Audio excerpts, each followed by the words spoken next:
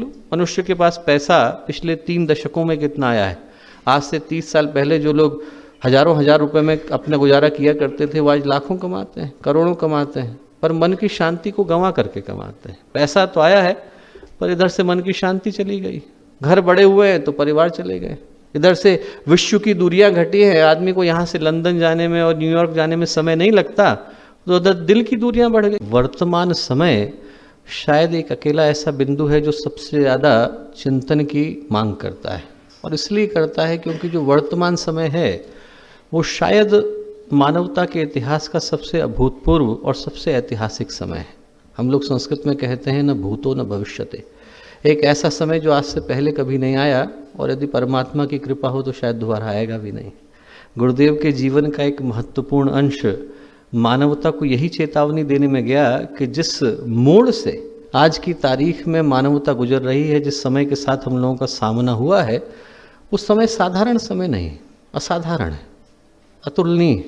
इससे पहले कभी इस तरह का समय नहीं आया। यूँ आप लोग पढ़ो तो आपको इतिहास के अंदर महाभारत के समय का उल्लेख मिलेगा, देवासुर संग्राम का मिलेगा, पौराणिक आख्यानों का मिलेगा, आपको दुर्गा सप्तशती का समय देखने को मिलेगा।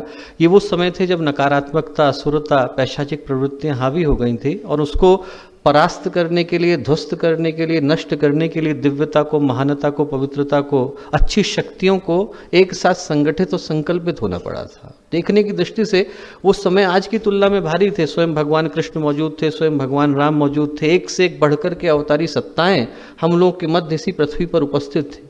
पर उस सब के बावजूद मुझे ऐसा लगता है कि गुरुदेव जो कह करके गए वो सत्य था कि आज का समय उन सारे समयों की तुलना में ज़्यादा भारी पड़ता है, और सबसे ज़्यादा अंधकार से भरा हुआ समय है, सबसे ज़्यादा नारकीय परिस्थितियों से भरा हुआ समय है। क्यों?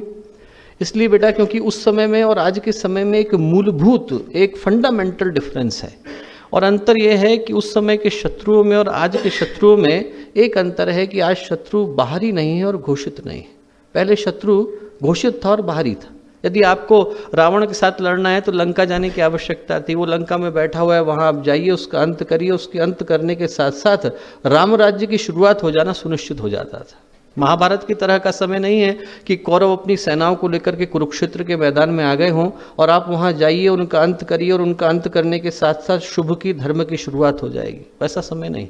कोई नरकासुर, कोई बाणासुर, कोई वृत्तासुर अपने अपने किलों के अंदर बैठ गए हों, वहाँ जाकर के आप उनका अंत करिए, और उनका अंत करने के साथ एक शुभ समय की शुरुआत हो जाएगी, ऐसा कहा नहीं जा सकता। क्योंकि इस बार जो युद्ध भूमि है वो बाहर नहीं है बल्कि मनुष्य के मन के अंदर है। इस बार जिनको आप असुर कहते हैं, जिनको आप नारकीय शक्तियां कहते हैं, जिनको आप नकारात्मक ताकतें कहते हैं, वो बाहर कहीं युद्ध नहीं लड़ रहे बल्कि मनुष्य के मन के अंदर लड़ रहे हैं। मनुष्य के मन के अंदर, चिंतन के अंदर, दृष्टिकोण के अंदर, भावनाओं के अंदर, जीवन शैली के अंदर, जीवन जीने के प्रति दृष्टिकोण के अंदर, हमारी मान्यताओं के अंदर, आस्थाओं के अंदर, बिलीफ के अंदर जो शक्तियां आकर के बैठ गई हैं, और एक दूसरे के प्रति बढ़ते हुए स्वार्थ, अहंकार, अहमन्यता के रूप में, एक दूसरे के प्रति घटते प्रेम, एक दूसरे के प्रति टूटते विश्वास के रूप में जो घटनाएं घटती हुई दिखाई पड़ती हैं, वो किसी आसुरी शक्तियों की प्रेरणा से घटती हुई दिखाई पड़ती है। इस बार असुर बाहर नहीं है बेटा, इस बार असुर मनुष्य के मन में है। यदि आपको लड़ाई लड़नी हो तो आपको अपने बंदूक निकाल करके, आपको आपका तीर धनुष निकाल करके कहीं और हमला करने के लिए जाने की आवश्यकता नहीं है, बल्कि मनुष्य के अंतर मन में उतरने की आवश्यकता है। और उसका परिणाम है, आप देख लो, मनुष्य के पास पैसा पिछले 3 दशकों में कितना आया है। आज से 30 साल पहले जो लोग हजारों हजार रुपए में अपना गुजारा किया करते थे वो आज लाखों कमाते हैं, करोड़ों कमाते हैं, पर मन की शांति को गंवा करके कमाते हैं। पैसा तो आया है पर इधर से मन की शांति चली गई। घर बड़े हुए हैं तो परिवार चले गए। इधर से विश्व की दूरियां घटी हैं, आदमी को यहाँ से लंदन जाने में और न्यूयॉर्क जाने में समय नहीं लगता, तो उधर दिल की दूरियां बढ़ गई।